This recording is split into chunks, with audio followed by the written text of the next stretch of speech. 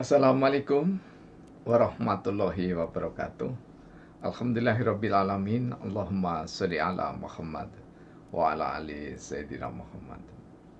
Pemirsa, bersua kembali dalam Indrawanto Hikmatologi, serial mengajak diri kita masing-masing berpikir dengan kian melembut cerdaskan hati nurani sehingga dewasa kita mendiami bumi pertiwi yang kita cintai. Tentu kitab suci, agama, kepercayaan yang kita yakini menuntun dalam kehidupan kita sehari-hari. Namun, ketika kita sebagai bangsa Indonesia tentu kita memiliki identitas yang sangat pokok. Patut kiranya senantiasa diingat, apalagi generasi muda, dengan mengingat identitas yang melekat pada diri bangsa ini, maka harapannya kita semakin tumbuh kembang rasa cinta kita pada Indonesia yang kita banggakan. Jika kita beranjak dari sejumlah pendapat yang disampaikan oleh saudara-saudara kita pakar di bidang kewarganegaraan, maka dapat ditarik simpulan umum yang sudah direnda dengan bagus oleh tim dari Universitas Brawijaya Malang, bahwa identitas nasional bangsa Indonesia setidaknya bisa dikategorikan dalam pertama, identitas fundamental, kemudian yang kedua, identitas instrumental, dan yang ketiga, identitas environmental. Pemirsa yang dirahmati oleh Allah, apa yang dimaksud atau apa saja sebenarnya yang termasuk di dalam identitas yang fundamental? Beberapa kali kami katakan bahwa yang fundament itu bisa dijadikan mahkota. Mengapa? Karena fondasi itu, fondasi kebangsaan, fondasi kenegaraan, ketika diejawantahkan, dimanifestasikan, maka menjadi mahkota dalam hidup keseharian berbangsa dan bernegara. Di sektor manapun profesi seorang anak bangsa Indonesia itu berada, dan fondasi itu adalah Pancasila, mahkota itu adalah Pancasila. Sangat beralasan karena ketika Profesor Supomo, Profesor Muhammad Yamin, dan Insinyur Soekarno, utamanya Insinyur Soekarno, memberikan satu statement yang sangat mendalam sekali, bahwa dasar negara yang ditawarkan oleh Soekarno, filosofis construct yang ditawarkan oleh Soekarno, digali secara mendalam dari peradaban bumi Nusantara. Maknanya bahwa nilai-nilai fundamental yang dirumuskan di dalam sila-sila Pancasila kemudian nantinya dijebarkan melalui identitas instrumental adalah nilai yang sudah mendarah daging bagi kerajaan-kerajaan Nusantara, bagi rakyat yang berada di wilayah kerajaan Nusantara. Jadi tidak asing lagi. Karena itu membumikan identitas atau nilai fundamental adalah membumikan keberlanjutan nilai dasar itu. Jadi bukan membumikan itu karena ada di angkasa, tidak demikian. Namun membumikan itu karena senantiasa lahir generasi-generasi penerus, maka membumikan itu adalah mentali hubungkan antara nilai sejarah masa lampau kemudian yang disampaikan, diaktualisasi, diinovasi agar mampu atau dapat diterima oleh generasi yang lebih muda. Dan sampai kapanpun Pancasila itu senantiasa aktual, karena Pancasila merupakan ideologi yang terbuka, dasar negara yang terbuka. Terbuka di sini adalah ada kesediaan bagi pemilik falsafah ini untuk menerima hal-hal baru yang memberikan pengayaan pada pengejauhantahan atau penerapan implementasi dari Pancasila itu. Karena itu sangat sepakat dan merekomendasi di masa depan bahwa jadikanlah sekali lagi Pancasila itu sebagai satu-satunya asas dalam berorganisasi, berbangsa, bernegara, lembaga apapun, baik lembaga private maupun lembaga publik, hendaknya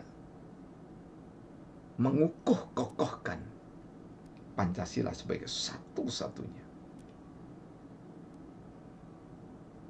Jika ada yang mengatakan meskipun satu-satunya juga bisa ada tafsir yang berbeda, sama saja dengan kitab suci. Kitab suci itu diyakini oleh seseorang satu, tetapi tafsir berkembang itu keniscayaan. Demikian juga dengan Pancasila. Karena dengan satu-satunya asas, maka tidak lagi disibukkan bangsa ini dengan rekam ideologi yang tidak berakar dari bangsa Nusantara, bangsa Indonesia. Kemudian nilai instrumental yang dimiliki sebagai identitas anak bangsa ini meliputi konstitusi atau Undang-Undang Dasar 1945 yang di dalamnya ada bahasa Indonesia, ada Garuda Pancasila, ada bendera kebangsaan, ada semboyan yang tidak sekedar semboyan, yakni adalah Bhinneka Tunggal Ika. Semua identitas ini, jika dalam tanda petik disakralkan, bukan disembah, dihormati, Sang Saka Merah Putih itu bukan disembah, tapi itu adalah perwujudan dari rasa hormat kita kepada syuhada pahlawan kusuma bangsa, sekaligus juga penghormatan rasa syukur kita bangsa ini kepada Allah, Tuhan yang Maha Esa. Karena kemerdekaannya adalah berkat rahmat Allah, Tuhan yang Maha Esa, yang Maha Kuasa. Jadi kalau ada yang menolak hormat bendera, menolak menyanyikan lagu kebangsaan Indonesia Raya, menolak atau mempermasalahkan setidaknya Bhinneka Tunggal Ika, Garuda Pancasila dan yang lainnya, maka jelas inilah ruang bagi siapapun yang sudah memiliki kesadaran identitas nasional kita untuk dipakai sebagai proses sosialisasi berbangsa dan bernegara. Mereka tidak perlu dibenci karena betapapun mereka adalah saudara-saudara kita. Yang terakhir adalah identitas environmental. Kami eja dengan bahasa Indonesia. Yang dimaksudkan tentu saja adalah anugerah indah dari Allah Tuhan Sang Maha Pencipta, yakni adalah kita dianugerahi Bhinneka Tunggal Ika dalam segalanya. Samudra dan lautan berhias ragam kepulauan, dari yang besar hingga yang sangat kecil. Bahkan kalau di Malang Selatan itu ada Pulau Nyonya, pulau yang sangat kecil sekali, tetapi tetap diberi nama pulau.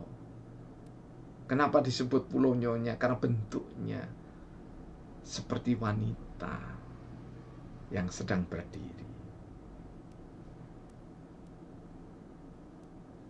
Maritim adalah ciri identitas yang masuk dalam identitas environmental.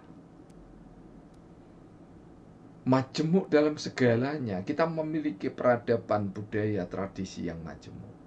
Karena itu ketika ada yang mengatakan bahwa selamatan, sungkeman, tradisi-tradisi Nusantara itu bertentangan dengan agama, maka justru agama harus menjembatani, terutama para dai itu menjembatani, bukan memusuhi, agar yang tadinya kemungkinan berbau kemusyrikan, maka upacara-upacara itu bagaimana caranya supaya tidak berbau kemusyrikan dan memang tidak musyrik. Larung sesaji contohnya, setahun sekali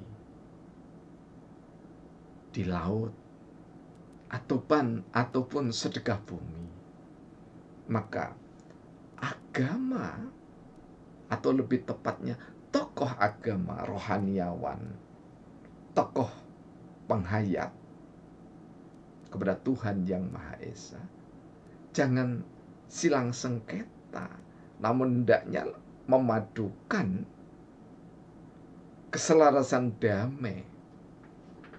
Kalau di Islam, nama Islam itu sendiri berarti menyelamatkan, mendamaikan, membahagiakan. Kalau di dalam Alkitab kita juga mengenal dengan mahkota kasih sayang atau fondasi kasih sayang, maka kita pertemukan dengan budaya sebagai identitas bangsa itu. Jadi agama, kepercayaan, budaya, tradisi, peradaban yang berbeda sudah sangat menjadi bagian integral dari identitas Nusantara yang dijadikan identitas Indonesia.